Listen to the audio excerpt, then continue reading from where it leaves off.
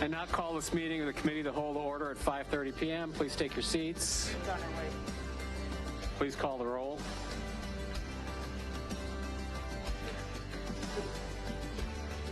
Sorry. Ms. Pearson? Present.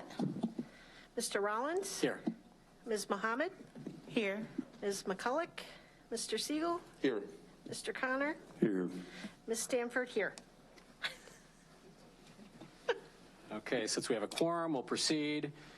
Before we go any further, thank you to Connor Childers, who is working behind the scenes to produce the board's broadcast on Channel 20.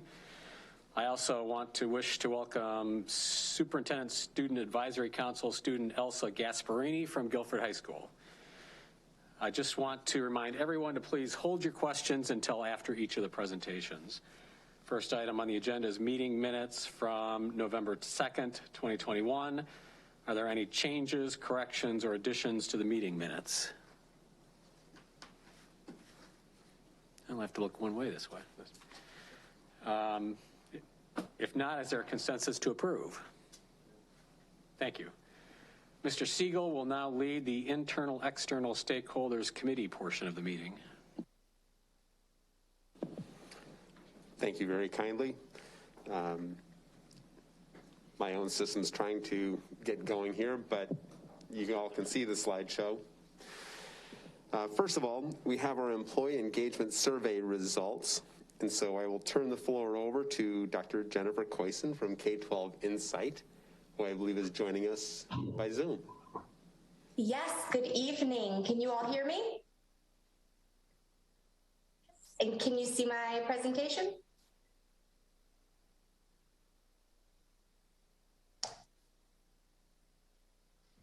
We can. You can? Wonderful. All right, well, I'm Jennifer Koysen. I'm the head of research with K-12 Insight. And so tonight I'm gonna go over with you the 2021-2022 employee engagement survey results. So just to kind of remind you all and let you all know, this survey was administered October 13th to 27th. Email invitations with unique survey links were sent to all staff members. We sent reminders to staff on October 18th, 21st, 25th, and 27th in an effort to increase participation. Throughout this report, you'll see district level results from this year, and we also have trending comparing them to the 2021, 19, 20, 18, 19 survey results. Just a note that results do not reflect random sampling and therefore should not be generalized to all employees. As we go through, you'll see cluster bar graphs. If at any point you see that there is a percentage that's not there, that just indicates that that answer option received less than 5% of participant responses. Our study is designed to measure the level of engagement of employees, classify employees as highly engaged, engaged, or less engaged, and then identify areas where employee engagement can be improved. The survey itself consists of two main parts. The first is overall engagement, which are the first 9 items that we'll go over. These items are used to calculate an engagement score for each employee and then classify them based on that score as highly engaged, engaged, or less engaged. The second part of the survey consists of engagement drivers, which are made up of the different aspects of the work environment that are research-based to show that they affect engagement. This used on the same 5-point Likert scale as the overall engagement questions. And these 6 dimensions classically are mission and vision, district leadership, school department leadership, feedback and recognition, work environment, and career growth and training opportunities. This year we also have staff support, which was asked this survey administration as well as last year's survey administration. Before I go through and show you some of the individual dimensions and overall engagement, this is an insights and summary slide. You can see here that 69% of participating staff members were classified as highly engaged or engaged. And to note, this is a 7 percentage point decrease from last year's survey administration. Campus-based participants were asked how likely they would be to recommend their school or family member to a friend. This gives us what's known as the Net Promoter Score. And at the campus-based school level, that Net Promoter Score was a 4, and that ranged anywhere from -71 to a positive 81. That overall Net Promoter Score is a decrease of 26 points from the average NPS compared to last year. When we look at the Net Promoter Score at the district level, this year was a -46, which is a 21-point decrease from last year. And additionally, 59% of participants strongly agreed or agreed that they would feel comfortable recommending a good friend to work for the district, which was a 9 percentage point decrease from last year. When asked about leadership, participants felt more favorably toward their school department leadership compared to district leadership. For example, 74% of participants strongly agreed or agreed that the actions of their principal or direct supervisor are consistent with their words, compared to 38% who said the same for district leadership. This is something that's consistent that I have seen across my years. Every survey I've done of employee engagement, participants always feel more favorably towards their immediate supervisor or principal than they do for district leadership. When we look at the dimension of feedback and recognition, 29% of participating staff members strongly agreed or agreed that the district recognizes employees for their high quality work and accomplishment. This is a 5 percentage point decrease from last year, and favorable percentages were higher when asked about recognition for good performance at the work site, with 54% of participants saying that they're recognized for good performance. And then lastly, 68% of participants said that they have the materials they need to do their job, and 75% said they feel prepared to meet the requirements and expectations of their job. Before we go into some of the slides, just to show you the individual items, I will say, I know at first it can seem a bit daunting to kind of look at this and see decreases across for some of these bullets. And this is really consistent with all of the other surveys that we have run for districts, both of your district size as well as others. Last year is when we really originally expected to see a lot of decreases. But this year, surprisingly, is the year that we've really seen decreases in favorable responses. And we attribute that just from kind of talking to staff and administrators. Last year, everybody really had this kind of all in it together mentality. People were really helping each other out. But this year we see that a lot of staff members and instructional staff especially are just overwhelmed. They're kind of over it. They want things to either go back to normal or there to be things in place to make it feel more normal. So this is the year that we have really been seeing decreases in favorability, not only for employees, but even with parents and students as well. When we look at participation, you'll see we've been strong across the years with participation. Typically for staff surveys, we recommend at least 50% participation, and you'll see that you've had 66% for this year. When we look at response rate by role, you can see since last year and the year before, it's been fairly consistent looking at participation by role within the district. So that tells you just that the breakdown of responses and answers remain pretty consistent across the few years. We asked participants to give us one word and how they feel about their job. You can see here a word cloud summarizing the top 20 words. And over here, we have a word count of the top 10 words.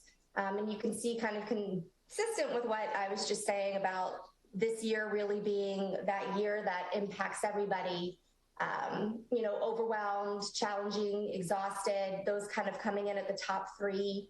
But still seeing down here that participants are still finding their jobs rewarding and exciting. The next part we're going to look at is overall engagement. So this is where we have those first 9 items that we use to classify participants as highly engaged, engaged, or less engaged. So these are the first 5 items. You can see even though some of these items have had a small decrease in percentages, some of them have also stayed within that 1% to 3% range. And then these last 4 items round out the overall engagement. You can see some of the items that had a bigger change is this one right here about feeling comfortable referring a good friend to work for IPS. That's one that consistently across districts we've seen a decrease in, especially for staff members. This is the overall engagement classification. So this is where we take the average of the weighted score for each participant, and we use that to classify them as highly engaged, engaged, or less engaged. And you can see you've been pretty consistent over the years with employees. You've got at least 50% here that are classified as engaged. But we've seen a decrease here of participants who are classified as less engaged this year. And that's not to say that they're not engaged, it's just based on their score. They're on that lower end of providing favorable responses. Next, we have the engagement drivers and dimensions.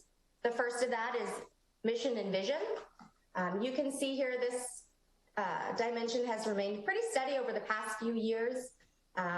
Typically when we look at these, anywhere from a 1% to 3% margin of error is what we see when we first look at these. A lot of that can be related to different rounding coming out of the platform, as well as within PowerPoint, just because we do round to the whole number. So you can see, taking that into consideration, pretty consistent across the years. This number here indicates the percentage of favorable responses, which is classified as strongly agree or agree. Next is district leadership. Here we see much lower percentages of favorable responses. I believe you were all provided the full report, which shows the full answer scale. One of the reasons why we often see lower percentages for district leadership is because we see a lot more responses of neither agree nor disagree. So of course, when you've got that more of a neutral, indifferent response, you'll see an impact and have less favorability. Next is school department leadership. So again, you can see much higher percentages here of favorability, pretty consistent over the past few years. Some bigger gaps here when we're looking at being able to count on support, being able to trust the principal or direct supervisor to make decisions. So this is definitely a worthwhile dimension for campus and department leaders to digest from their school and site level reports. And again, some more questions from school and department leadership. Seeing here some decreases in favorability about effective communication, constructive feedback, and encouraging collaboration. And where you see NA, that just indicates that question wasn't asked during those survey administrations. Next is feedback and recognition. This is one of the dimensions that's consistently lower across all districts that we work with, even pre-pandemic. But we've also seen a pretty steady decrease in favorability for these responses within the last year or so. So again, this is another one that would be really beneficial to look at the site level, just to see at individual sites how stakeholders there are feeling about their accomplishments, good performance, feedback, and appreciation. Next is work environment. These are questions that we see where we focus on outside of our principal or direct supervisor, but directly our colleagues. Here we see much higher percentages of favorability, where we're talking about colleagues helping create a positive work environment, colleagues being supportive, colleagues being committed to their job and being in an atmosphere where there's mutual respect. Then we have career growth and training opportunities. This is one that, again, is pretty consistently lower end of dimensions when we look at them across employee engagement. This is where we focus on professional development that not only is what participants are looking for, but that they have leadership opportunities and that their principal or direct supervisor identifies opportunities for their professional growth and improvement. And then this is the staff support. This is a set of questions that was added last year. And you can see this item here, principal direct supervisor being available when needed. There was a kind of decrease here that we see, as well as having them check in on a regular basis.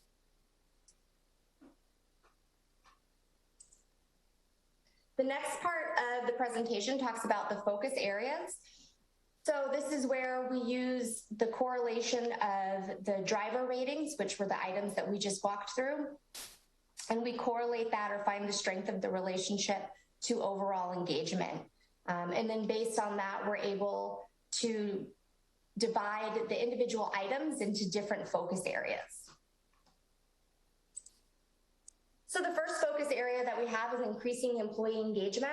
So these were items where the average score for their statements was low, which was at or below the median score, but they have a strong relationship to engagement.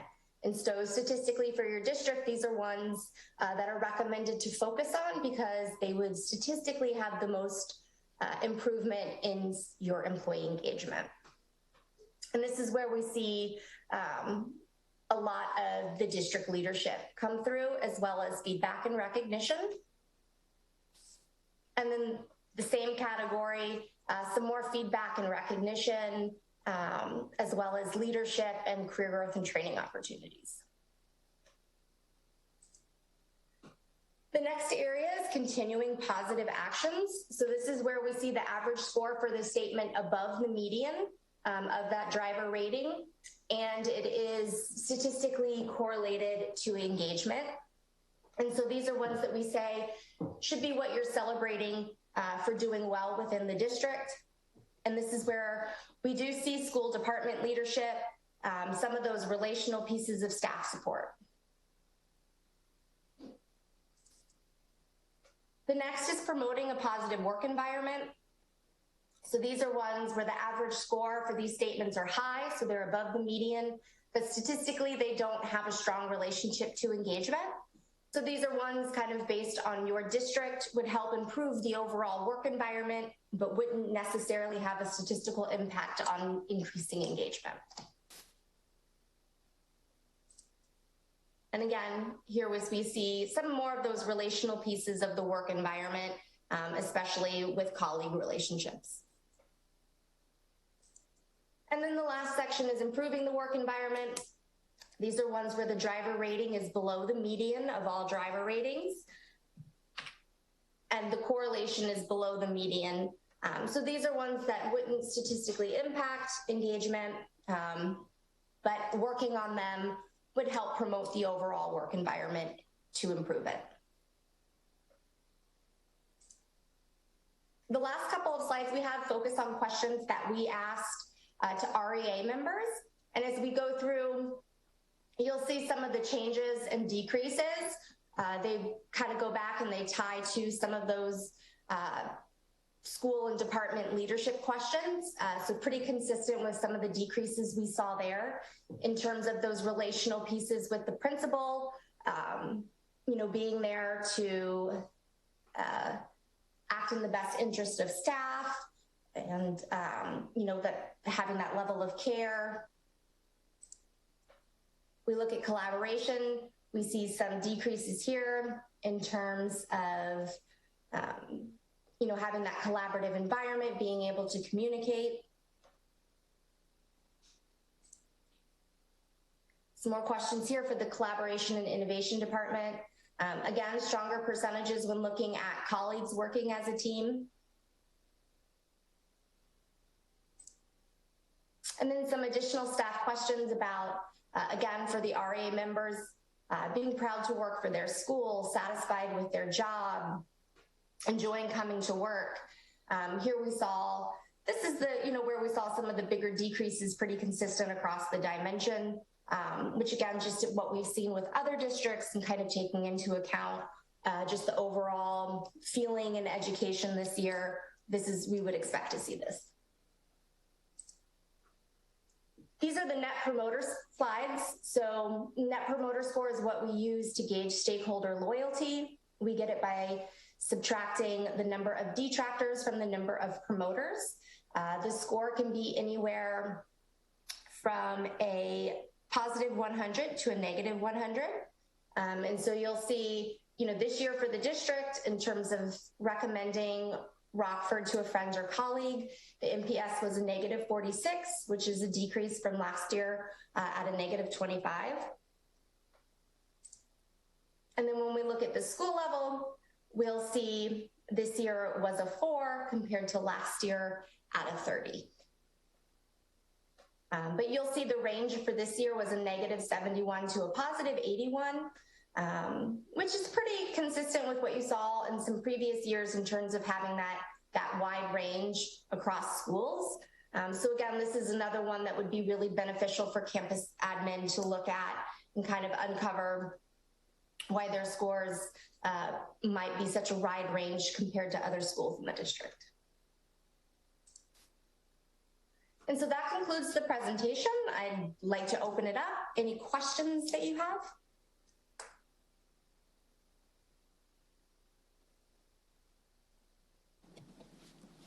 Mr. Connor? Yeah, I think the one thing that stands out to me in slide 24, and I know it's not a huge decrease, but I think the numbers around communication, I would think, would be one of the keys for us. When I look and I read the questions, and I went through this, and to me, the theme was that there were a number of less than positive numbers around I can give input for the direction or the mission and so on and so forth. There's quite a few of those, and to my money, if you look at the category of communication, and then clearly on 24, it's the direct numbers. And I'd have to say that it's interesting to me that if you look at 24, that even the numbers for the principals or the supervisors is lower. And what I'd say again is the same thing, is that I think there's a lot of messaging the district does, which I totally understand, so I'm not saying that, but I really think that, even and maybe especially for teachers, I think it's overwhelming the amount of information. And I think both at the principal supervisory level as well as administrative leadership, I think focusing on major points and really keeping after that, I think, is probably one of the keys. I'm speculating, and I apologize, but having read this thing, that's really one of the things that jumped out at me, because a lot of the other numbers I think are really pretty similar to what they have been in the past. They don't like the administration and don't feel recognized and so on and so forth. And those are key issues, and I'm not downplaying them. But from my point of view, on a corporate side, I really think communication is probably the number one thing that's not easy to solve, but it's straightforward to solve. So. Thank you, Mr. Connor.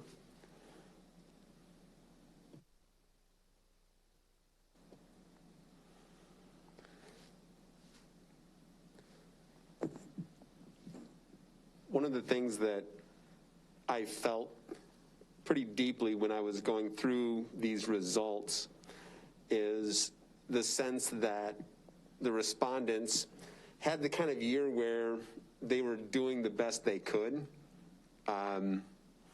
We definitely see that in how they rate things closer to themselves, and they can more accurately see their own effort and how it played out in their classroom and how that affected their own engagement.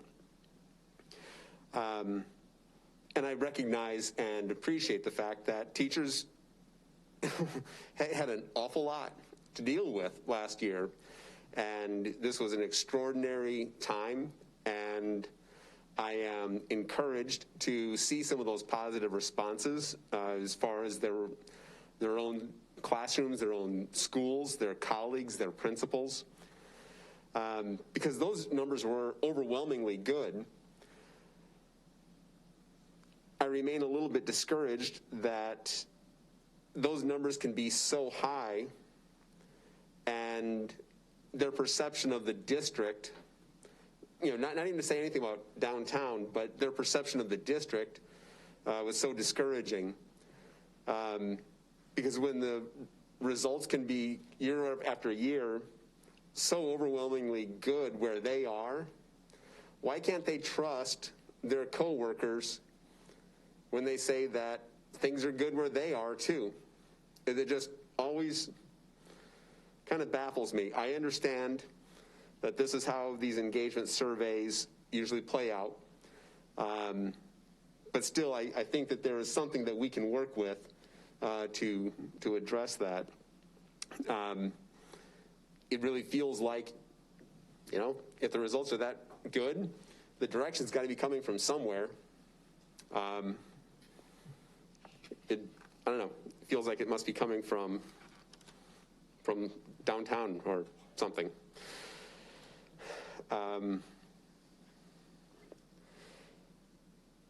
I guess I would ask for K-12, how do these results compare with other school districts with whom you've participated? That's a great question. So looking at your district, which for our benchmarking purposes, we classify as a medium-sized district, I mean, your percentages are pretty in line with what we've seen. We have not done too many employee engagement surveys thus far this year. We have a few scheduled coming up in the spring. But we are getting ready to release our benchmark employee engagement survey from last year.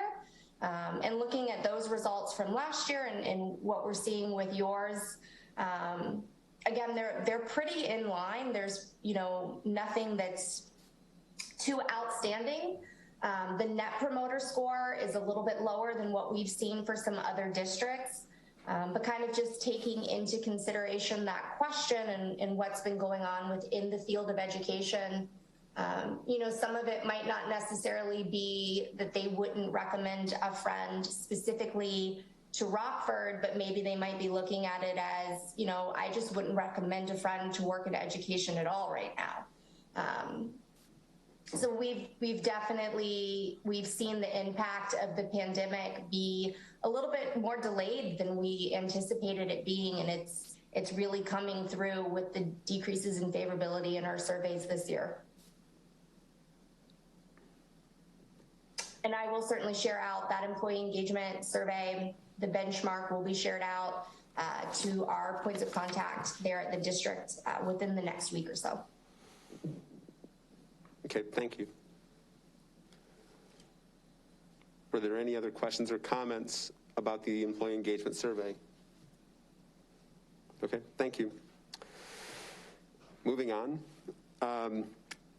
If you recall in the superintendent's update, we have a new approach to how our committee will work, and we will present information moving forward.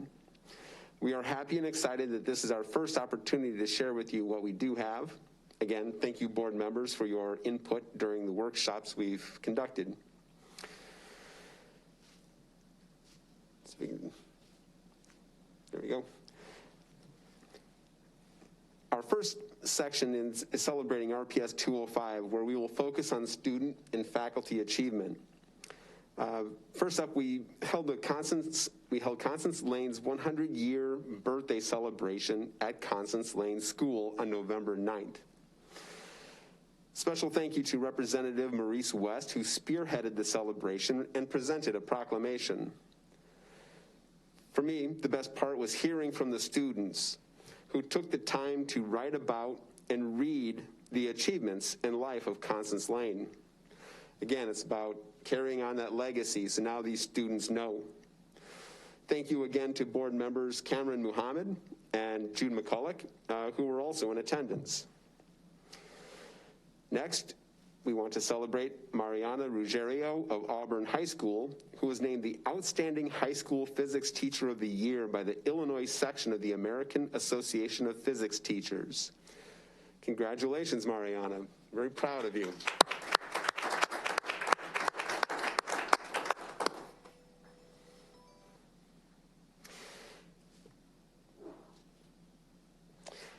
So our 205 Vibe section is next. As a reminder, the 205 Vibe is where we tell the district's stories through blog posts, podcasts, videos, and news. Our top item last week was a local tattoo shop owner illustrates real-world art career. They highlighted a man named Tim Atwell from Delicious Ink. I have a little bit of experience with this man, and he speaks very highly and very favorably of the school district while he is putting ink on you. So, yeah, he's a real advocate for public education and just kind of a prize. And this week's top item was the blog regarding the just recently mentioned Mariana Ruggiero's accomplishments as High School Physics Teacher of the Year. What's significant about this is prior to these two blogs, the content that was viewed the most often over the last few months was news about bus routes and COVID. So it's pretty great to have people recognize and re-engage in human interest stories and the work of the district again. I would encourage you to listen to the latest podcast by Dr. Tiffany Brunson, as well as the Education Outlook Luncheon by Dr. Jarrett. And also be sure to check out the blog by Superintendent Student Advisory Council member Juwaria Zahurallah on their donations to the Boys and Girls Club, as well as the blog post about West Middle School's Kappa dancers who won Rockford Dance Company's scholarships. The next slide, thank you. Our next update is regarding legislative news. Dr. Jarrett spent time talking with members of the governor's senior staff on House Bill 2778, COVID-19 paid administrative leave. And I will turn it over to Dr. Jarrett to elaborate. Thank you, Mr. Siegel. The conversation really focused in two areas. One is on the potential mandatory veto. In other words, the governor is looking to override the legislation or to veto the legislation, but there's a real possibility of an override. And this was a conversation about what steps we could take. To give a little background on House Bill 2778, basically what is under discussion is that sick days that are accrued due to COVID would not count against employee sick days. That's the biggest issue here. The challenge that we're up against with that is we already have very, very significant issues with staff attendance right now. There's also some concerns with local control, and the governor does intend to veto this legislation. So we do intend to have some conversations with local legislators about this. I also took the opportunity to advocate for increased local control regarding the pandemic.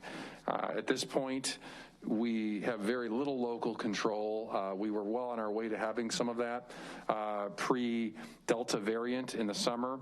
And when it comes to decisions about masking, when it comes to decisions about anything related to contact tracing, we've seen really, really negative impact on student attendance.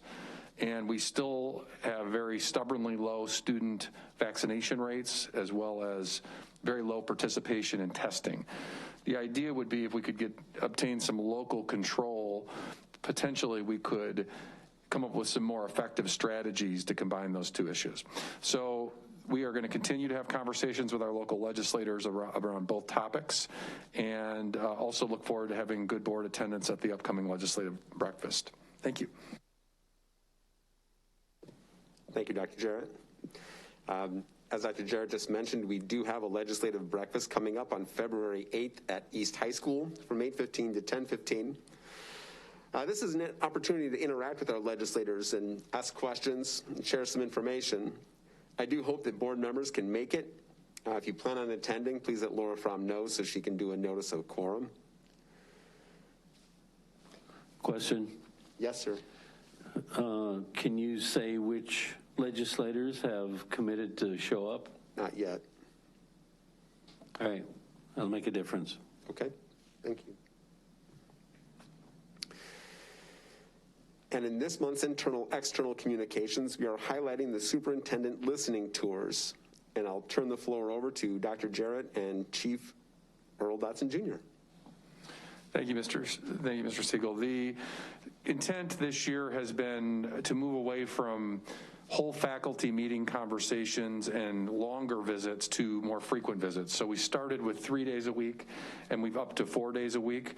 Mr. Dotson Jr. spends time interviewing staff members and having deeper conversations. I am really focused on the wellness of the principal with a 30 to 45 minute conversation, followed by about a 30-minute to 45-minute, depending on how much time is in my schedule, view of different classrooms, as well as talking to staff in the building. So we're deeply committed to checking in on wellness, to visibility, to ensuring that individuals are dealing with some of the challenges that are upon us. We could see in that employee engagement survey data that individuals are hurting, and this is our chance to just be visible and connect and listen in many cases. My priority is definitely on the principal and having as many interactions as I can in a short period of time. Mr. Dotson Jr. tends to have less interactions and deeper conversations. Anything you'd like to add, Mr. Dotson Jr.? Thank you. I guess I would like to note that we have heard, particularly in the last year, from staff that they would like to see a greater presence of the superintendent and his staff on site. Getting to the elementary schools a couple of times a year and each of the secondary schools, a few times a year, I think shows a good responsiveness to that concern. So I'm appreciative of that effort. Next, we will hear from Dr. Tiffany Brunson, who will update us on the community listening session held on December 2nd at the Northwest Community Center. Dr. Brunson. Thank you, Mr. Siegel. Good evening, everyone. Before I start, I would like to thank a few people for helping make this listening session a success. So I want to thank Kathy Baer, Laura Laumer, Faniqua Hughes, Ashley Thomas, and of course, the incomparable Earl Dotson Jr. for his assistance with making this evening a success. We met from 6 to 7:30 last Thursday at the Northwest Community Center, and a few of the people that were in attendance were some parents, the Pilgrim Baptist Church, the Park District, Rockford Housing Authority, Wabongo, Yavo, Winnebago County Board, Eliminate Racism, Renewal Turning, NAACP, 100 Strong, and AARC at Booker.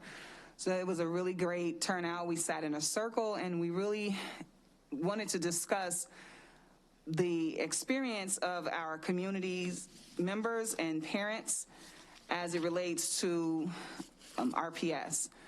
I'll give an overview of what came out of the discussion. The community members expressed concerns about social services, family support, safety and security in schools, after-school offerings, safe spaces and social-emotional supports for students, curriculum improvements, very specifically around history, literacy, and cultural relevance, transportation and student attendance, providing field trips, exposure and access for students, and wanting to be part of the solutions. They wanted their voices heard and have a seat at the table to make decisions. I had an opportunity to talk to Maureen Kirschman today, and she and Amy Gannon are actually working on gathering the community partnerships. And that's what the biggest part that came out of this discussion was. They want to be part of the solutions. They want to be able to come into the schools and provide some services, some support, some mentorship, and work with the schools. And what we're doing now is gathering that information to see who and what organizations can take some of can take some of the care of the needs that we have in our schools. And so that's where we are at this point. And working with Maureen is going to be a great partnership in making sure that we're utilizing our family engagement and prioritizing that community engagement as well.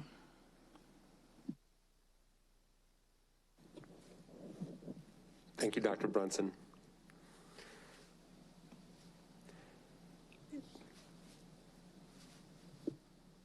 Ms. Pearson. Are you opening up for questions at this moment? Typically, we wait to the end of a presentation, but these are pretty disparate slides, so if you wish to ask a question, I think it'd be appropriate. I thought it was the end of. Let's see. Okay, thank you. You're welcome. In our community partners section, we are featuring the Academy Expo, one of the best community collaboration events that we put together.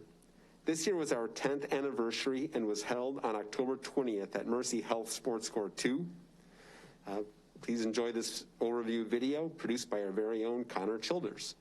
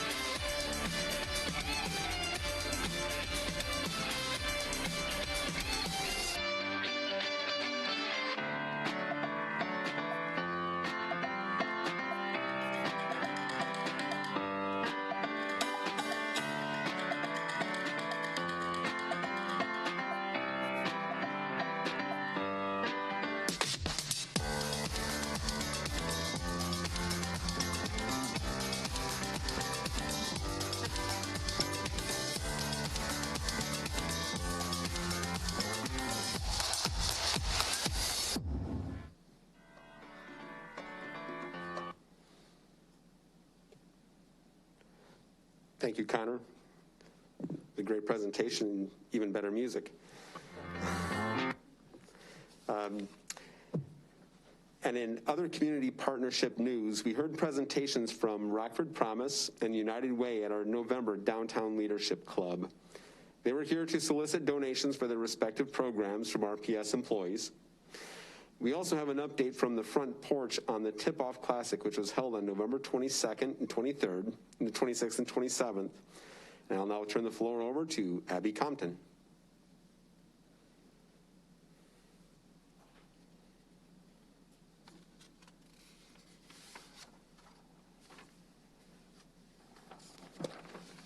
Good evening. Good evening. Thanks for having me here tonight. My name's Abby Compton. For those of you who don't know me, I work in the district athletic department here in the administration building. I was invited tonight just to give a really brief summary of our latest event, which was the Tip-Off Classic. The Tip-Off is in its 7th year. It's a boys basketball tournament that we host to kick off basketball season during the week of Thanksgiving. We invite top-ranked teams from across the country to compete at our 4 high school locations. We were thrilled to be able to bring this event back after we had to postpone last year due to COVID-related obstacles and concerns. But the level of competition that this tournament brings is something that our students might not see during their regular season of basketball. It provides them the opportunity to test their skills against teams outside the NIC 10, teams outside of our area. And although traveling restrictions prevented us from drawing in teams from further distances, the tournament continued to offer an incredibly an incredibly competitive playing field and included prestigious programs from Chicago, the suburbs of Chicago, and East St. Louis. Ultimately, East St. Louis, a team ranked top 15 in the state, walked away as the 2021 tip-off champions. However, our schools fought hard and they induced some major upsets. Rockford East defeated Elgin Larkin, which was another top-ranked team that is projected to be state qualifiers this year. Rockford Auburn set the all-time record for wins since the conception of the tournament, which was 18 wins. And two of our very own students, Jameer Jefferson from Rockford East and Bryson Hodge from Rockford Guilford, were both second-team all-tournament selections. We are beyond grateful for your support and the opportunity to provide this experience to our students and staff. And in future event news, our department is gearing up for our largest fundraiser of the year, which is the RPS 205 Champions Ball. On February 26th, we will induct 5 former RPS athletes and 1 team into the Athletic Hall of Fame. This event is a great way to recognize the success of our former athletes as well as raising funds for our current programs. If you have any interest in being a part of this event or attending, please let me know and I can make that happen. Thank you for being here and thanks for having me. Thank you very much.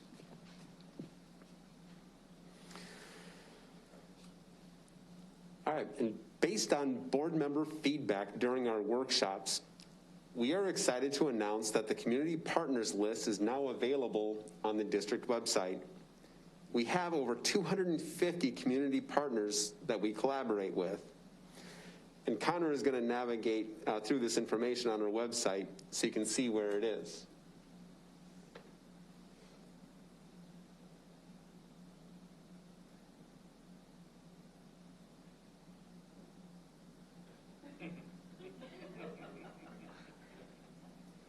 Thank you very kindly, Connor.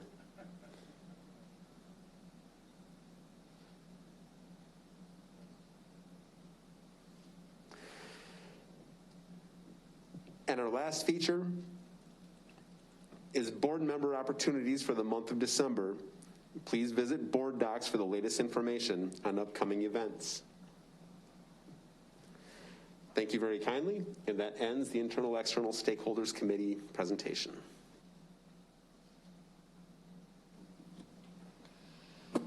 Okay, thank you, Mr. Siegel. You don't have any consent items to preview? Actually, it doesn't conclude because I have once again questions. I just right next Ms. to you. Pearson. Thank you. No worries. I just have a quick question in regards to the community listening session, which is a phenomenal idea.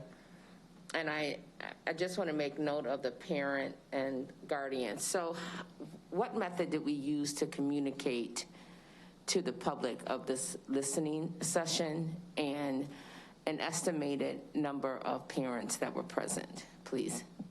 So this was the first one, and it was because to have a really successful listening session, large groups are usually not as successful. And so Mr. Dodson and I really thought about who to invite to the first one. And so it was invitation. And so we personally invited some of our community partnerships and those who are pretty influential in the community so that we can start the conversation with them first. And then my department, we are having those in different schools now based on listening sessions that we're having with students as well as parents. So it's multi-layered, but this one in particular was by invitation. And so we made sure that we reached out to particular, very specific groups so that we can have a nice, we sat in a circle and it was about 25 people there. It was a very robust, honest conversation about our partnerships and working together to come up with some solutions to the issues that we have. Thank you. You're welcome. Dr. Brunson, may I ask, from branching out from here, will we be reaching out directly to parents beyond those community partners? Absolutely, yes.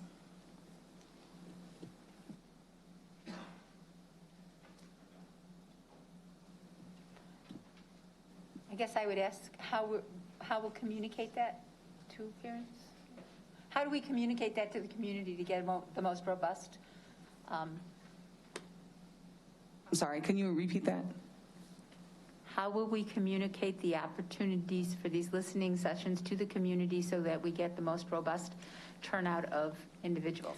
Absolutely. So the best strategy will be working through the schools, because what we want to do is have them very specific to the schools. So because you really want 300 people would not be a great, when you're talking about listening sessions, in order for people to be able to be seen and heard. So we're going to be doing them at the schools. So working with the principals and their administration, and that's how we'll be communicating to them that this is going to be occurring. And if I may, the only thing I'll add is we utilize our parent liaisons very extensively to kind of get that parent participation. They've developed great relationships with some of our parents, and so they're very helpful in getting them to the table. So, will we be doing a similar communication regarding our review of the student code of conduct that should be starting in January, shouldn't it?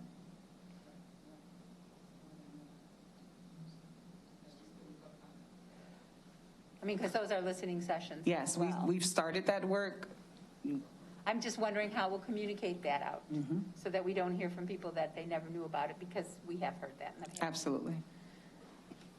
Yeah, and I've always attended in my prior role as the principal at Roosevelt all of those community listening sessions for the Student Code of Conduct, and I think I speak for all of us, Ed Services, Student Services, Tiffany's department, that we really want to have much more robust input into the Student Code of Conduct this year. We think that we've learned a lot over the course of the pandemic in terms of how we can enhance our student supports so that we can put more emphasis on restorative practices and maybe less on exclusionary practices to better serve our students, because we need them in school. We need to address the learning loss that they had.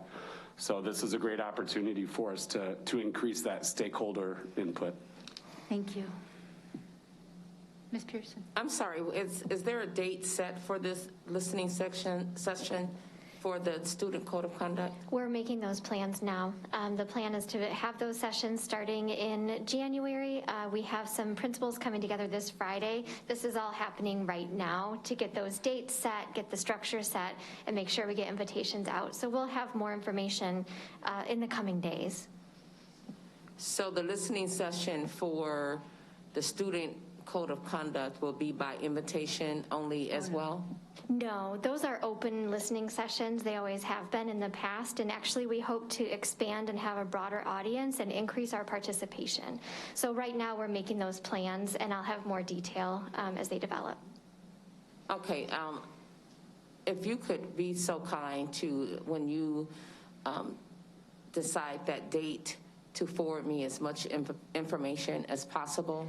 I think that since we're all in this together, one segment or one group of individuals may be able to make an impact with other groups. And I think if we work collectively together, we will have a better turnout. And it's imperative that parents clearly understand on their level of understanding with the Student Code of Conduct. Our current Student Code of Conduct handbook has terminology that is above many of our parents' ability to understand. And so it is, I can't stress enough how important it is that we cover the mass of our community to make sure that they are well informed of this listening session. I couldn't agree more. Thank you. We'll be providing a written update for you that gives not only the dates and how we will communicate those, but also the entire timeline from when we start these through board approval, and what we'll be doing to hear various stakeholders.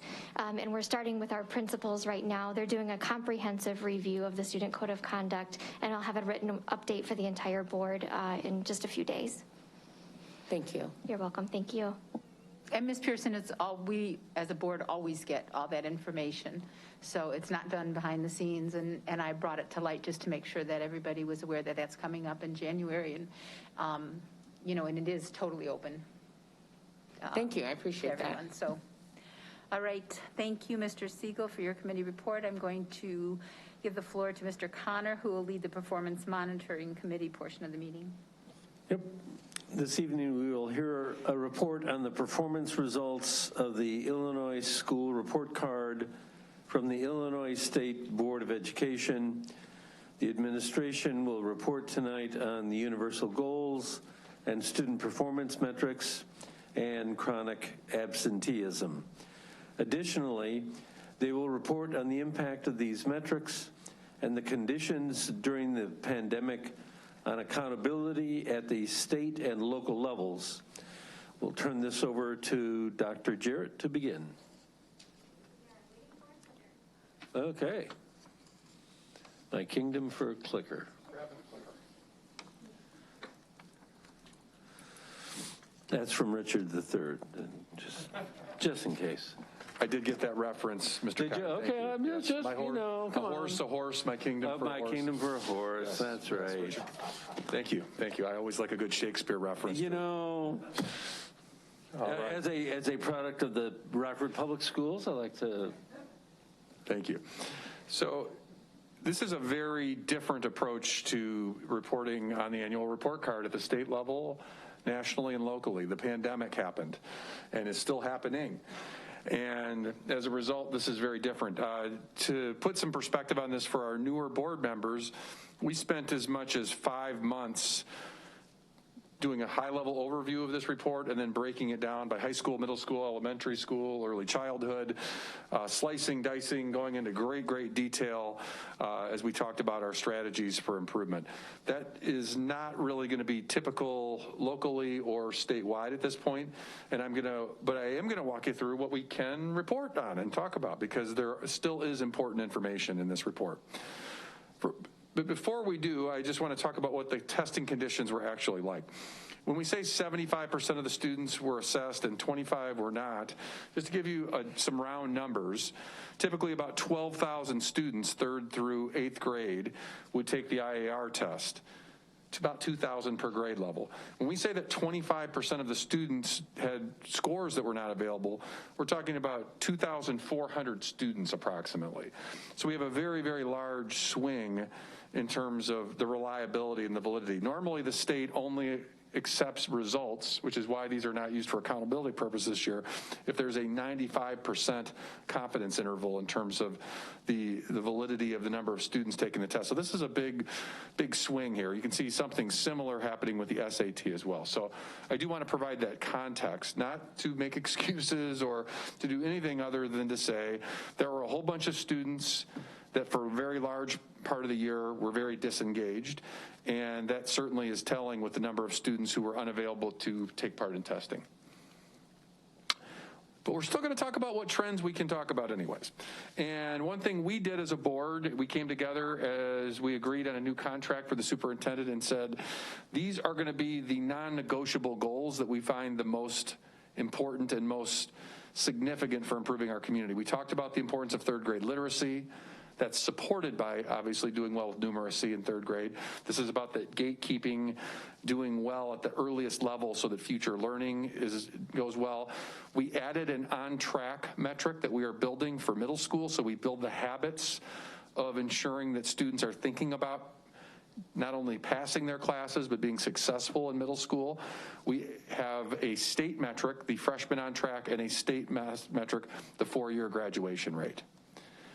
So what that means for the district at this point is really very limited at this point. We're going to share what we have, but when we talk about 3rd grade literacy, we really will be establishing a new baseline with a full group of participants this year, but we will share what we had with that very significant group of students that were not able to take the test. We also are establishing the baseline for the middle school on track, and we are going to be reporting on freshmen on track. We actually made this was the bright spot in a very, very challenging year. We saw an increase in our freshman on track rate at a time where the state rate decreased. So we had about a 6-point gain on the state this year on freshmen on track. So that does speak to the fact that our principals did do a really good job. So proud of that improvement. Graduation rate, our decrease mirrored the state's decrease of 2 percentage points, sitting at 64% for the 4-year. And I got nothing now.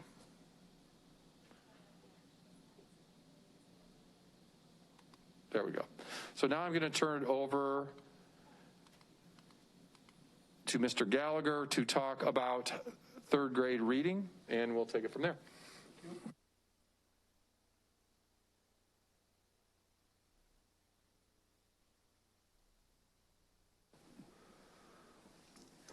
So on this first universal goal that we're looking at for 3rd grade literacy, you could see that despite the challenges of the pandemic, we actually grew by 1 percentage point the number of students that meets or exceeds expectations on the IAR.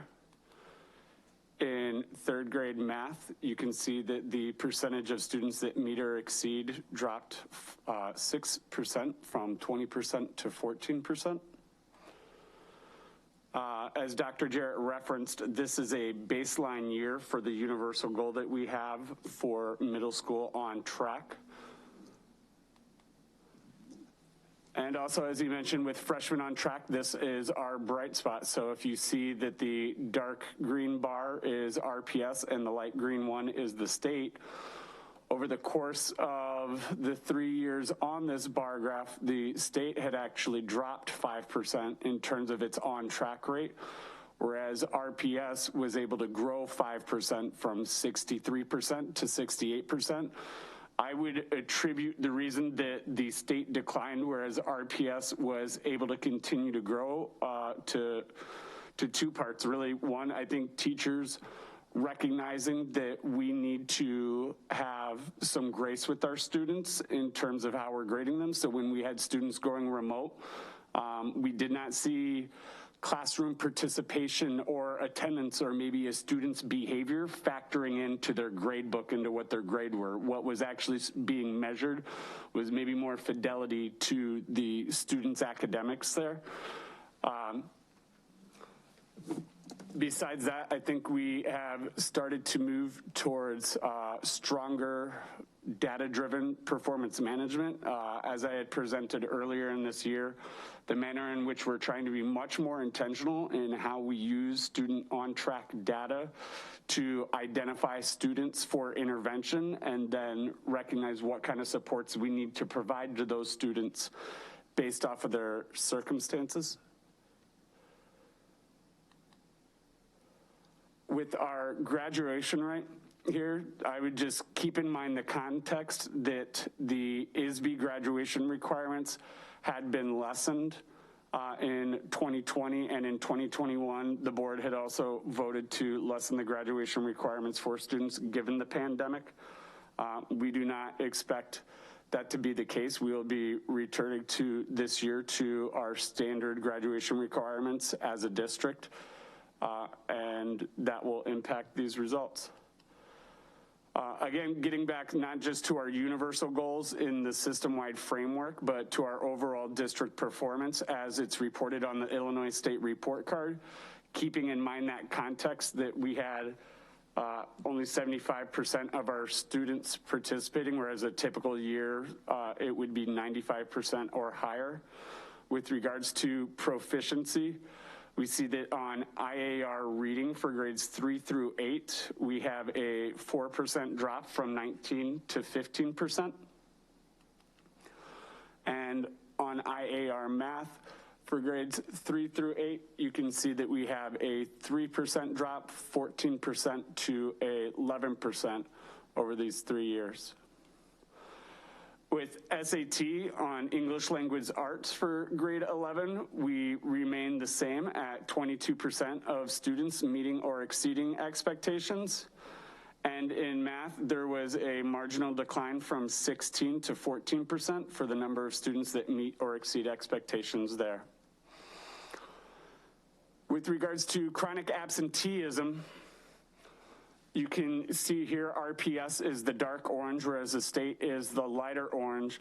The state over this period in time did see a small increase in the percentage of students that were identified as being chronically absent, and RPS saw a larger increase. We had disproportionate amount of students that are chronically absent already, but that grew last year to 51% of students. Keeping in mind, these are students that are chronically absent is defined as students that are absent for more than 10% of the school year, which would break down to roughly 18 or more days in a school year. Students that were being quarantined last year were being quarantined up to 14 days, and those quarantine days are included in that calculation for a chronically absent student. So any student that would have been quarantined twice would have far exceeded what that chronic absent rate is. And here on this final graph, this is just showing for the roughly 50% of our students that were remote last year, that there is a correlation to the greater the amount of time last year that you were in the remote setting, the much more likely or the much more prevalent the rate of chronic absenteeism. And for accountability, I will be turning it over to Jeff, right? Oh, Heidi, sorry. Turning it over to Ms. Heidi Detman. Thank you. So the state uses these metrics to develop summative designation on their scorecards for accountability. The same designations from 2019 still stand today.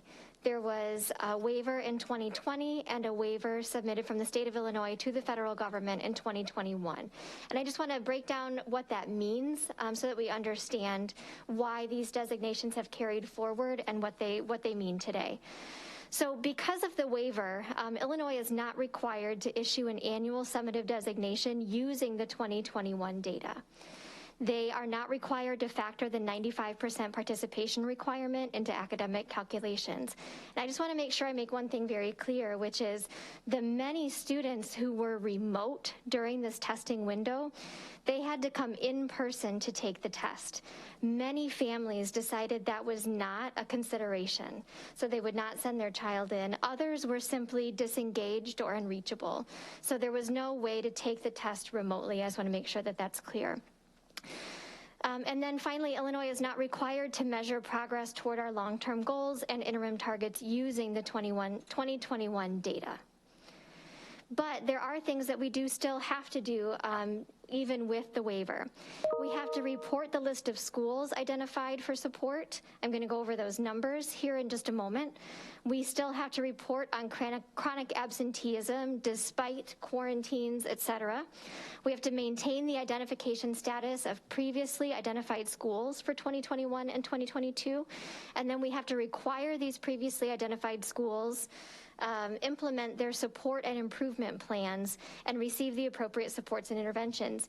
You've been seeing that come through as you've approved various learning partners for our schools designated through IllEmpower. So you've seen that support start coming through for board action, or continue to come through for board action. So where are we? We're the same place where we were essentially in 2019. That means that the funding is still there, the designations are still there. We have 2 exemplary schools in the district. We have 17 commendable schools, 9 identified for targeted support, and 11 identified for comprehensive support. And the impact on accountability doesn't end at the state level. We also have our local scorecard. And so Jeff Lowry from our accountability department will explain the impact there. Good evening. To understand the impact on the accountability at the local level, it's good to review the relatively short history of our internal school scorecard. So we rolled this out 3 school years ago, 2018-19 school year. That was the very first year that we rolled out the scorecard as an attempt to, is that working? As an attempt to tell our own story. Now it's a mix of leading and lag indicators combined into 2 sections, quality instruction and climate and culture. the Illinois report card is largely on quality instruction. It does have a piece of climate and culture. In our quality instruction section, there are proficiency and growth measures that are based on our performance compared to local standards and norms. However, we do award points based on proficiency that exceeds our local expectations, and even excess points based on growth that exceeds the local expectations. So that being rolled out 3 years ago, that was also the last normal year given the pandemic that we're still engaged in. So the previous school year, 2 years ago, school years ago, 1920, data was not available for multiple assessments for various reasons, but largely because of the pandemic and the remote situation that we were in. As a result, none of the schools received a total points building value. Despite that, we did provide the buildings and the principals with a file where they could compare the values for the indicators that did exist, so they could see how they did from year to year over those first 2 years of the school scorecard. And then fast forward to this most recently completed school year 2021, still within the pandemic, and all of the schools will again be without a total points value except for early childhood. Still, we're going to update that file so that buildings and principals can see how they performed on available measures during the 3 years of the internal score, or the school scorecard. Now, within this current school year, 21-22, we expect all the measures to have data available so we can have a total points value for every building, and thus it will be an input year for our new system-wide framework. And along with that, we've talked in previous updates about how we were adding, Dr. Jarrett mentioned tonight, we were adding the middle school on track measure to the school scorecard. In addition to that, the measures that we had for school quality survey and 5 essentials, instead of it just being a participation-based measure, we're also going to add a quality component to that. So at the end of the school year, we will have school scorecard values for each building, plus the standards of practice scoring as part of our new system-wide framework, and combining those two together, we'll be able to identify accountability tracks for each building.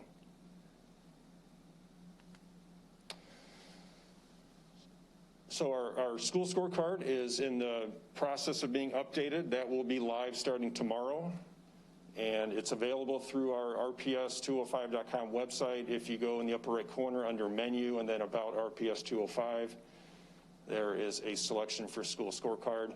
That takes you to the page shown there, and if you click on that button towards the bottom, that will take you to the ECRIS website where all the measures are officially housed.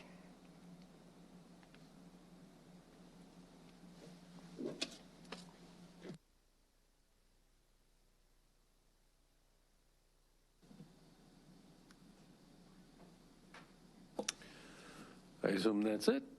Okay, are there questions, comments from the board? Ms. Pearson. Thank you. I do have a question in regards to returning back to the standard graduation requirement, and that is, how is that equitable, being that, one, we are still experiencing the effects of the pandemic. I understand that we are not remote, but the impact is no less. Well, I can start off by saying, as much as we certainly are still in a challenging year, I think in terms, especially because we still have all the restrictions that are placed on us for the pandemic, but now we are 100% back in person. Despite that, if we're looking at our freshmen on track rate as an indicator of where we're headed with our graduation rates, you know, as we showed on the graph for freshmen on track, whereas the state went down 5% for their freshmen on track rate, RPS went up 5% there.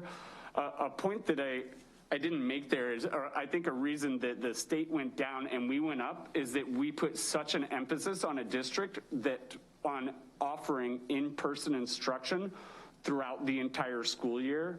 And we were the largest district in the state that was able to do that, to ensure that we did have in-person instruction available as an option for the entire school year. If we're looking at our freshman on track rate for this current school year as an indicator of how our students are going to perform in terms of the graduation rate, at this same time of the year, last school year, our on track rate, the second week of December, was at 56%. Right now, our freshman on track rate is at 65%. So we are actually 11% increased from last year. That is very close to where we ended up with our rate at the end of the semester last year, where we're already at right now. And when you look at the seasonality of your freshman on track rate, especially where we're at now in the semester, where we're getting closer to the middle of what would be the fourth quarter for, say, the high schools, you start to see a steady incline in the number of students that are alleviating the Fs that they have because the intense interventions that are ramping up towards the end of the semester, and because the students are starting to recognize, oh no, my report card's about to be stamped with an F, I better step up my game. So really what we're seeing is a very promising freshman on track rate that should show, that really should be a lead indicator for us that our graduation rate is going to grow as well. Thank you. So how is our standard requirements equitable? Let's focus on the equity piece of, and I understand that there was accommodations made, but I would like to visit the equity piece of our overall standard graduation requirement. I think at this point, the administration is not making any recommendations to decrease the graduation rate, but that's certainly something, a topic the board could discuss in the future if this is something a majority of board members want to tackle. We do have a graduation requirement that is, I believe, anywhere between 6 and 8 credits greater than any of our neighboring school districts. So we do have the highest graduation rates, the highest graduation standards. So that's certainly something that could be visited. But what was impacting this in the past was that the state was really driving those reductions. In terms of locally, that would be a decision that would have to be driven by the board or an administrative recommendation. We can't just unilaterally determine to change the graduation rates without a much more robust board or board conversation. If you don't mind, I just want to kind of remind us what we did last year in order to make the decision to reduce those graduation requirements. We came before you with a very detailed analysis of specifically where we had space to reduce and exactly how many students that would impact.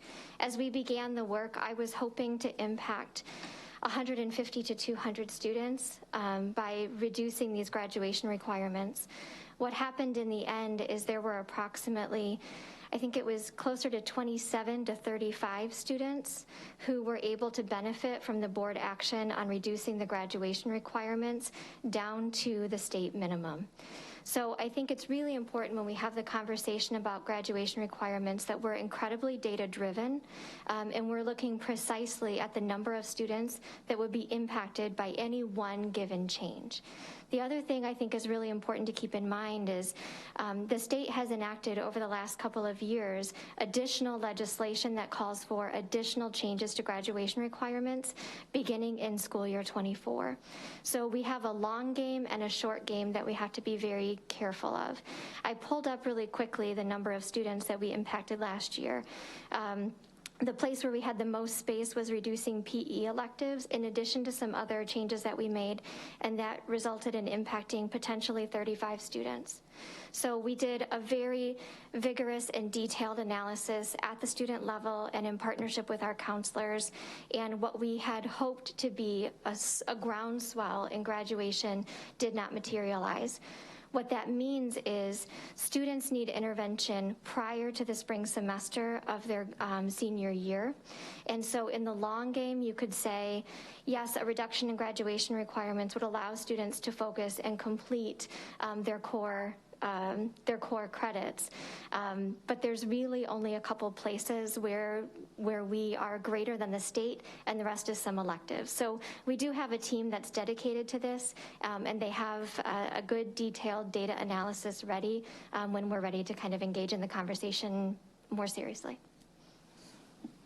I certainly appreciate data, and I would ask the board members to give that consideration, including equity, and looking at more in details as you remind us of the accommodations that were made, how we can be as successful making those same accommodations. Thank you. Mr. Rollins. The slide on chronic absenteeism detail, it's not immediately obvious to me what this is telling me. Can somebody interpret that for me? Essentially, you can read this as the greater the percentage of days a student spent in remote instruction, the greater their rate of chronic absenteeism. So of that 51%, the students who spent less than 25% of their time in a remote environment made up 18.5% of that 51% of students. Students who remote 25 to 50% of the time made up I think it's 23.4. I don't have my glasses on, I apologize. Students who were remote 50 to 75, you can see that, and then students who were remote greater than 75% make up the largest proportion of students who were chronically absent. Okay. So the explanation that at least some of it had to do with students quarantining presumably wouldn't apply to people who were remote. It's still it's a factor in our overall, but not specifically, you're correct, to our students who are remote. I think, what the board could take away here is, asking, did it matter? Was it worth it that we always provided an option for families to be in person? And I think this data point says, yes, it did matter. They had a higher a higher attendance rate than our remote students overall. So I didn't realize we actually made the national news with that 51% number until somebody told me about it. Apparently it's much worse than anybody else in the state. Do we have any idea what happened to us that did not happen to other people in the state? I would say a contributing factor is that, unfortunately, of the students that elected to go remote or their parents elected for them to be remote, a disproportionate amount of those students were our students that are furthest away from opportunity or most disadvantaged by a very high percent. So like you saw that it was 51% chronic absenteeism. It was a much more disproportionate rate for our African-American student population. That was at 69%. Yeah, and I think choosing to have an in-person option, there were a lot of districts that had lots of different ways they could define what attendance meant in a remote learning. Every district defined that on their own. And I think because we offered a very robust in-person learning option, our strategy was to really try to do everything we could to support all students, but ultimately we had a very high standard for determining what it meant to attend, whereas I think there were probably places where with an all remote option, there probably were some pretty limited expectations for that to count as an attendance. So I think this is I think making any statewide comparisons is a very, very bad idea for this 1 year. I just think it's really, really difficult to make apples to apples comparisons. You'll notice in the state data, other than graduation rate and on track rate, we don't have any comparisons. That's because that hasn't even been calculated at the state level. So we can't make those kinds of comparisons. And so I think what we can look at internally is evaluate the board's decision to offer in person. I think this unequivocally means offering in-person instruction was the best thing we could do to support students, because we had a really hard time getting the same level of engagement from our remote students. So the state has not reported state level data for the IAR yet? That's correct. There were two options for districts. We could either test in the spring of 2021 or the fall of 2021, and it was a mixed bag across the state. So results from the spring were published December 2nd. Results from the fall have yet to be published. They won't be available for statewide comparisons until April 2022. Do we have individual district data available? Not accessible. Well, yes, we would on the public-facing IIRC on a district-by-district level if they tested in the spring of 2021. I would, just personally be interested in seeing how, we always benchmark ourselves against some comparable districts around the state that have sort of similar demographics to us, just how we did against those districts. Just to see whether we all knew everybody was going to go down across the state, whether we went down more or whether we went down less. In this case, this might be a year where going down less is a victory. But if we went down more, I think I'd kind of like to know that too. And their testing rates certainly would come into that conversation as well.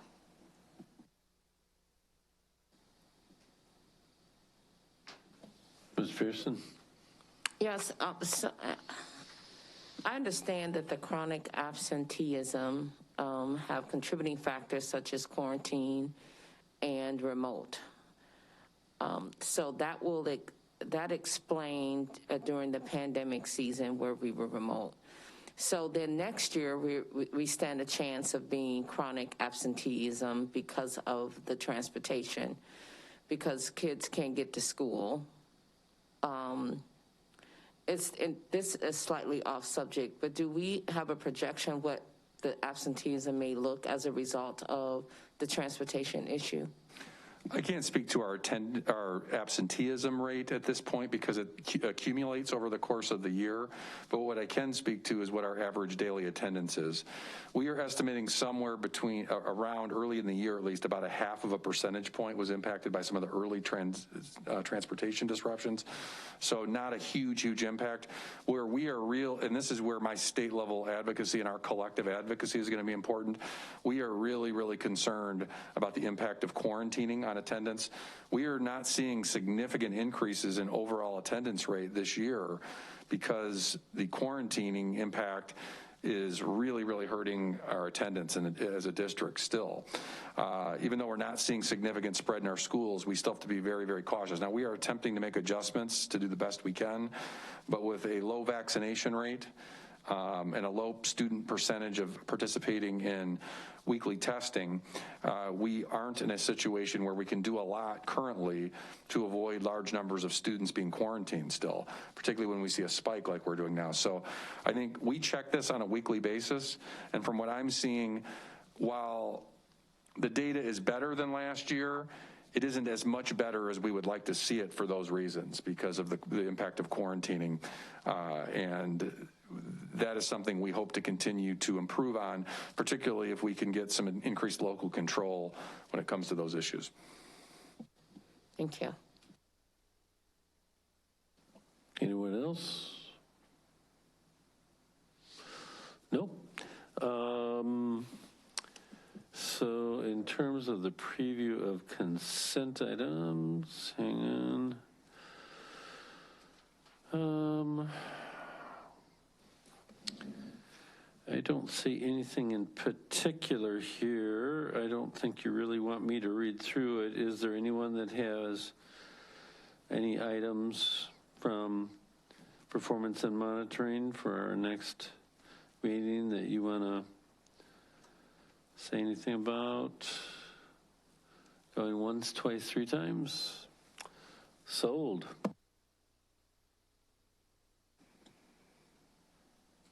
Thank you, Mr. Connor. I'll hand the floor over to Mr. Rollins, who will lead the Planning and Development Committee portion of the meeting. First item on the agenda tonight is a revision to Board Policy 7.30, Students' Residence. Just the sort of the background here is this is expanding on a concept that we had previously implemented. We had previously been asked, and the board had agreed, that when a student moved out of a zone and they're at the end of their 11th year before their last year of high school, or at the end of their 7th year before their eighth grade and middle school, that we would allow them to continue to attend for that additional year the school that they were previously attending. And the administration has asked that we do exactly the same thing at the elementary school level, so that if a student moves in the fourth grade or at the end of fourth grade, that they are permitted to continue to attend the same school for fifth grade and finish out their elementary school career in the same school. So that's what those changes are about. Even though the business about this 11th grade and 7th grade show up as being redlined, that was actually, the language is being changed a little bit, but that was actually in the previous policy that we had already approved. The real change is that we're expanding that to, again, kids moving out of their zone in the fourth grade. So does anybody have any questions about that? Mr. Siegel? About how many students does this affect on an annual basis? Presumably you're not looking at me to answer that question. Is there anybody here who can answer that question? I think somebody is wandering. I believe if there's anyone who could answer that question in the room, it would be Mrs. Raber. While she's walking up, I can say the why behind this is we know mobility and high levels of mobility has a really negative impact on student achievement. And whatever the number is, this will help some students not be impacted negatively by mobility. And Mrs. Raber may be able to give us a better idea of what that estimated number is in a typical year. Yes, so we actually, the numbers. You need to turn on your mic, please. Great. There we go. Thank you. The number is actually pretty up and down every year. So it really varies every year, whereas like last year, there wasn't as much mobility with remote and changes of address. But what we're doing is adding the 8th and 12th graders in order to avoid students having to move from school to school and then change another grade level and then move to another building as well. So it lessens the disruptions for anybody who does fall into that category.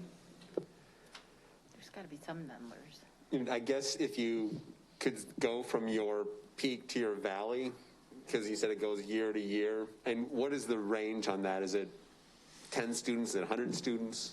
It's not a large number of our population. So in our 5th grade, looking at our 5th graders several years ago, it was who would have been impacted by this would have been,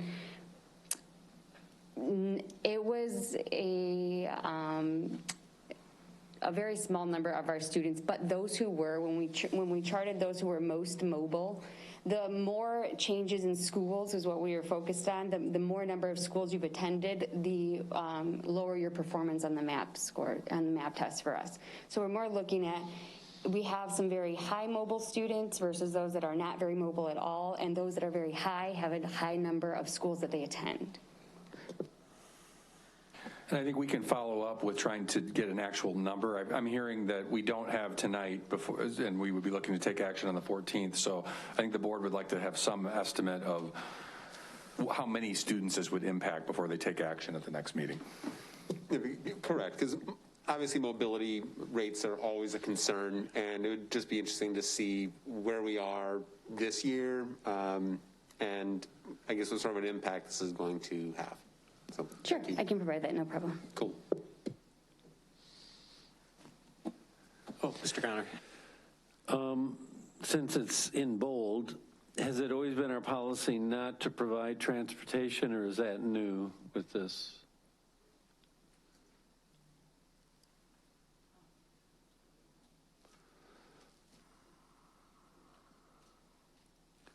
Yes, it has been our policy when you are changing your address that if you're continuing at the school for the remainder of the school year, which is what had been previously permissible, that it was at your own transportation. The times the board has provided transportation for an out-of-zone students has been when there has been a zone boundary change and there was some grandfathering that was allowed for those last years of rolling out students who were allowed to stay at their old zone school.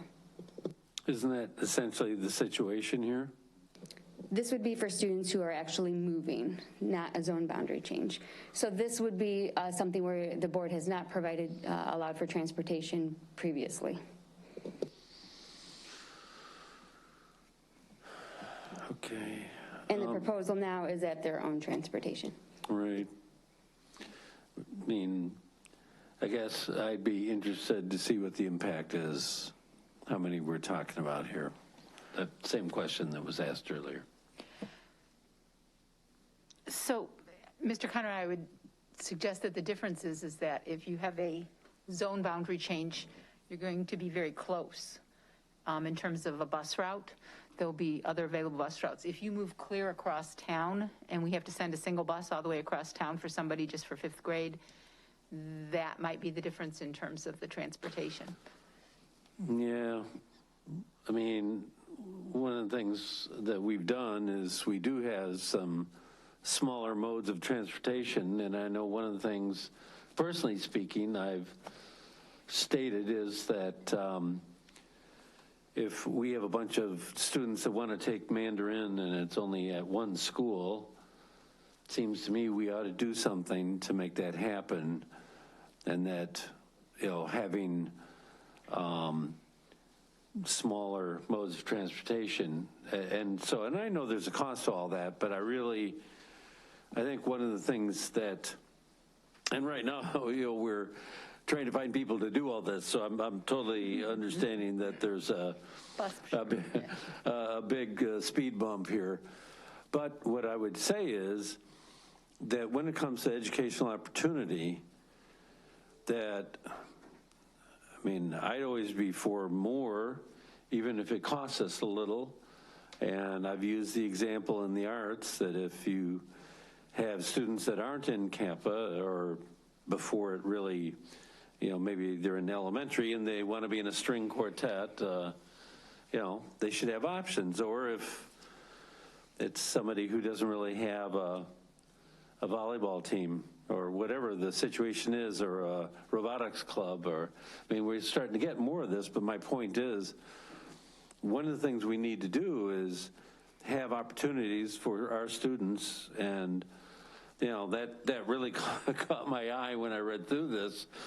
You know, I understand the point, and I understand we have limited funding on a lot of things, but, you know, I'm just going to say in general, I think flexibility of transportation is something that as a policy we ought to really look into. Could I respond to that as well? Sure. I sort of think that this policy is giving an opportunity to families when they make a choice to move. The other, we make a choice to change the boundaries. And so that was why we came up with the policy for boundaries. Let me respond back that there's all kinds of reasons why people move. And oh, for sure. I mean, sure. So I'm still, I mean, frankly, I'm unmoved by that, because the fact is stuff happens. And I think, you know, one of the things, if we want to talk about relationship with the community and so forth, is that mobility is something that negatively affects us. And it also, I think, creates perception that not everything is available for the students that do want it. So I would say, yeah, anything that puts us in the more flexible mode, and there's ways of planning flexibility, frankly. So anyway, I, you know, understand the point. I just think we need to consider it. And I'm excited for the one-to-one that we have with the technology in the district, so that if somebody wants Mandarin and it's only at one school, somehow we can manage to make that happen with other students, you know, doing it. Again, you know, with Zoom, you know, all things are possible. I'm a little less excited about that, about things that are more tactile, but even there, I'm sure most of the language teachers would prefer to have their kids right there in front of them, but I'll let them speak to it, especially if it's hands-on, like robotics or whatever. But any other questions on that policy? If there are none, that policy will be presented at the December 14th, 2021 board meeting for approval. There are no consent items for the December 14th, 2021 board meeting for the Planning and Development Committee. And that completes the report for the Planning and Development Committee. Thank you, Mr. Rollins. So I'll now present the items for the Governance Committee. The first item, A, is A and B, I'm sorry, are two board policy changes. I just did I noticed that it wasn't an attachment, but I sent you all a quick email while I was sitting here just because we're talking about, the first one is about homeschooled students participating in extracurricular activities. Mr. Connor and I had both approached administration about this change, and the proposed change is just to have a single standard so that we match what the state has. So, which is not on the sheet that you have in front of you. All it says is that it is the same, but I can quickly pull this up for you. So, according to the IHSA, a student who is homeschooled, can they participate in a high school team? And the answer is that yes, provided the student is enrolled at the member high school, the student's taking a minimum of 25 credit hours of work at the member school, or is in a program approved by the member school. So if they're in a homeschool program that we approve, they would be able to participate. The student must be granted credit for the work taken either at the member school or program it approved. The approved academic program could come from a non-member school that does not provide any extracurricular offerings. The student must also pay applicable tuition and fees at the member high school. So that's IHSA bylaw 3.011. And I sent you the link to a fact sheet from the IHSA that Ms. Holy had put out or given me just to answer some more questions on that. And I'm sorry I didn't send it to you prior to this. So, but we're not voting on it tonight. It'll be at the December 14th meeting, and there'll be a moment for questions on either of these. The other one is the Prevent Bullying, Intimidation, Harassment, which is Board Policy 7.180. And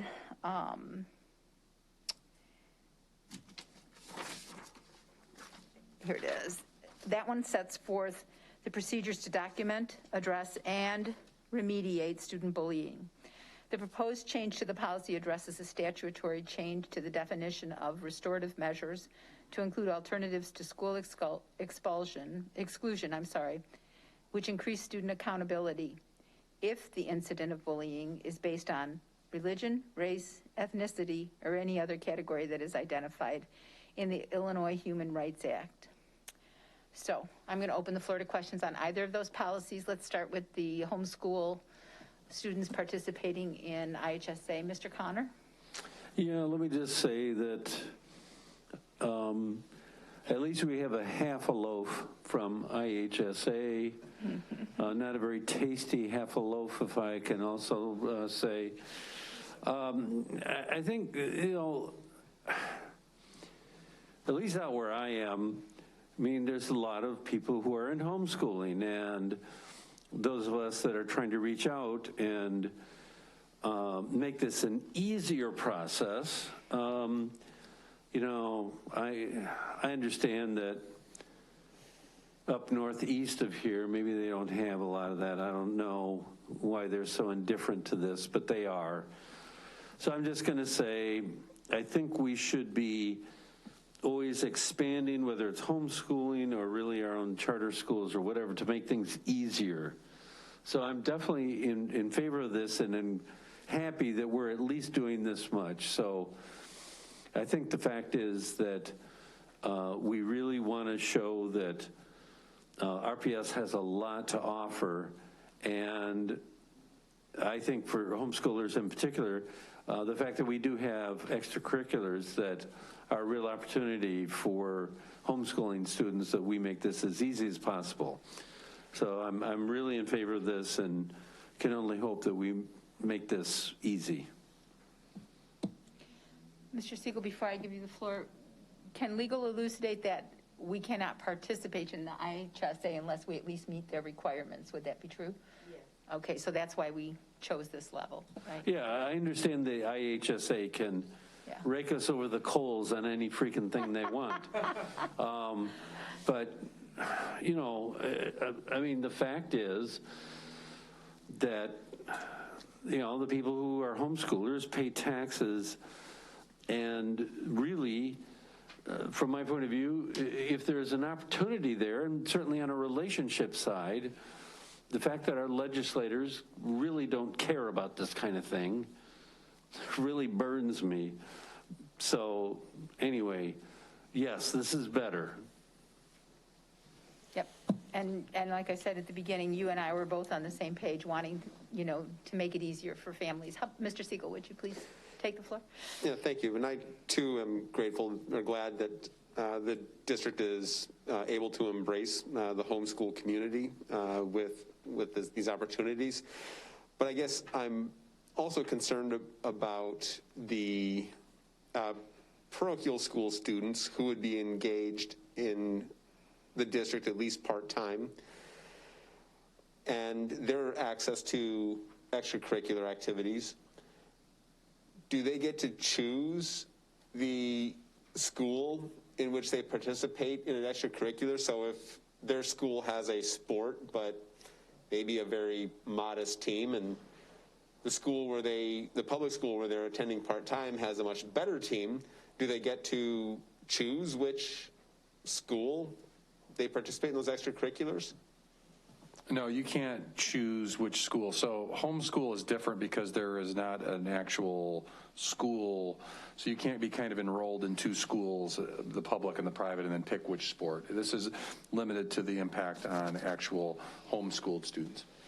Because the second to last paragraph on the second page says a non-public school student is eligible to participate in extracurricular activities provided his or her participation adheres to the regulations established by any association in which so does the IHSA, they say if your school offers a bowling team, you can't bowl for somebody That else. would be considered a transfer. When you're enrolled in a public school, there are rules for what it takes to be eligible for a private school, and there are rules for a private school to transfer to a public school. But it's considered a transfer at that point.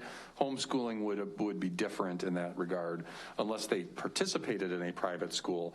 Then that would be treated like the student was a private school student. So there are some private schools that do allow homeschool students to participate on some conditions as well. So it's like once you participate with a school, you have to stay with that. It's also tied to geography as well. So you couldn't homeschool outside of the boundaries of the school district and participate either. So we get into a different level of complexity when you add actual private schools that offer athletic programs to the mix. I'm going to let Ms. Goldsmith respond as well, or add to that, I should say. Yes, Dr. Jarrett is correct, and in the bylaws for the IHSA as to activities and athletics, both of them lead with the fact that the student must attend, may only represent in competition at the member school the student attends. So there's no swapping back and forth. And part of the rules say much better to let Ms. Goldsmith handle it. Very concise. Thank you. And it does say that they have to be enrolled at the member high school, so they can't be enrolled at two high schools. But for clarification, this was supposed to be for all of secondary. Are we just doing this policy for high school? I mean, when I brought it up, I thought we were on the same page, Mr. Connor. And the intention was that it applies to all, all athletics and activities. So we are involved in the IESA for elementary school and IHSA for so high school. REBA and for basketball would also be included. Okay, good. Thank you for that clarification. Mr. Rollins, you look like you have a... Oh, yeah. Well, I'm less enthusiastic about this apparently than other board members. I think people make their choices. And I think that extracurricular activities are one of the things that can differentiate us from other options that are out there, including homeschooling. And so extracurricular activities are one of the things that help pull kids into the public schools. And personally, I'd rather see kids educated in the public schools. And people who make their choices make their choices. I did have a couple of questions. One is, and I thought Mr. Siegel was going in this direction, but he wasn't. But if you read that IHSA information that Mrs. McCulloch sent us, we can also approve a program as long as it does not offer sports. There are very small private schools out there that don't offer sports. I mean, would we ever do that? Is anybody even contemplating that? Where we would allow somebody to participate in our extracurricular activities who's attending a private school if the private school doesn't offer those sports? So my understanding was the programs that they were referring to were official homeschool programs that parents moved into, and I don't know that it applies to the other. Also, if they took classes at RVC as part of their homeschooling program, that would be something. I suppose that if it meets. Well, just said, what is a program? What is a program then? Yeah. Or in a program approved by the member school, what's a program? I think that gives the board the discretion to determine what we would classify as such, but Mrs. Goldsmith, we could bring back and add additional specificity to the language to clarify that. I am not aware of any fully functioning private schools that don't offer an athletic within the boundaries of our school district, but we can do that research. Irkwood does. What's that? Sure. They do? Oh yeah, like, think of like our Savior, Our Lady of the Sacred Heart. You know, they might have enough people to field as recently as a few years ago, they had a football team. Well, yeah, and they also had 11 players, and I think that's actually, their participation has gone up and down based on enrollment. Yeah, we can make the adjustments to the language. I think our intention was unaffiliated as opposed to private schools. So, and this is just a drafting comment, which was existing in the previous policy, but if you look at the section on part-time attendance, it specifically says that it only applies to people who live in the district. If you look at the section on students with disability, it specifically says it only applies to people who live in the district. And it doesn't say that under the section that we're modifying that. So particularly if we're going to be making these changes, I'd like to see it be very specific that it only applies to students who live in the district.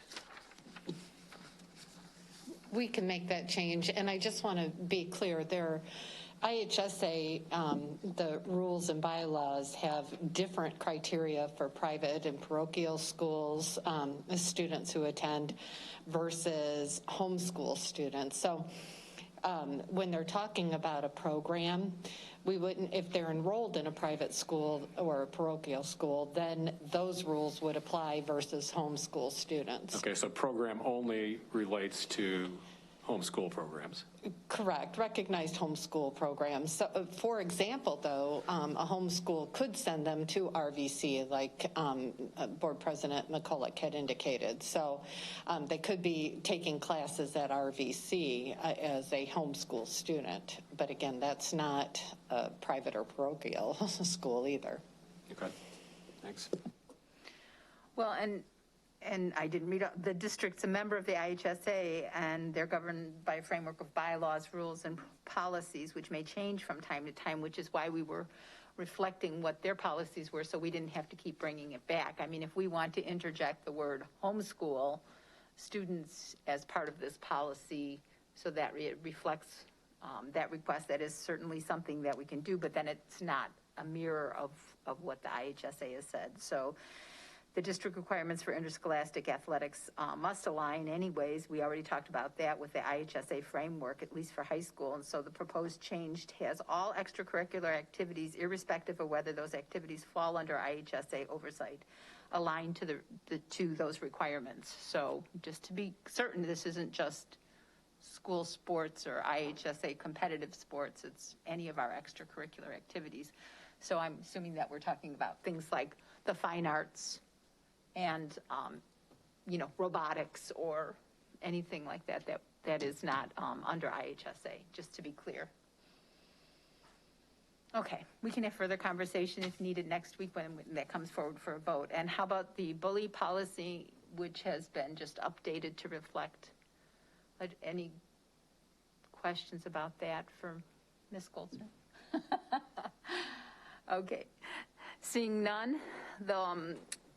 The consent items for the 14th are our usual meeting minutes, contract purchase orders, the IMRF benefit protection leave, the expense reimbursement for Ms. Mohammed, the resolution appointing Gregory Brown as the school treasurer, the internal audit charter, possible workman's comp settlement that we will have, in a freedom of information log. I don't believe we have any speakers signed up. I have 2 takeaways from this meeting for the administration to bring forward to the board, and that is, it sounds like I heard a request from Ms. Pearson to have a conversation about the graduation standards, and I heard Mr. Rollins ask for the benchmarks for the IAR with comparable districts who have already taken the spring IAR. I mean, obviously, if they were fall and those numbers aren't available. And then we had the third on the transportation to see the numbers that would be impacted with that change for the 5th grade. It would also be good to see, I mean, how many people have taken advantage of it over the years at the other levels that we've already have it in place, because this is really just changing for 4th to 5th grade, and we're already doing, you know, 8th to 9th, or 7th to 8th, I'm so sorry, and junior to senior, so 11 to 12. So if we can get those numbers too. Is there anything else that, any other takeaways that I'm missing? Seeing none, I'd entertain a motion to adjourn. Second. Second. Any all in favor? Aye. Any opposed, same sign? All right, see you next week.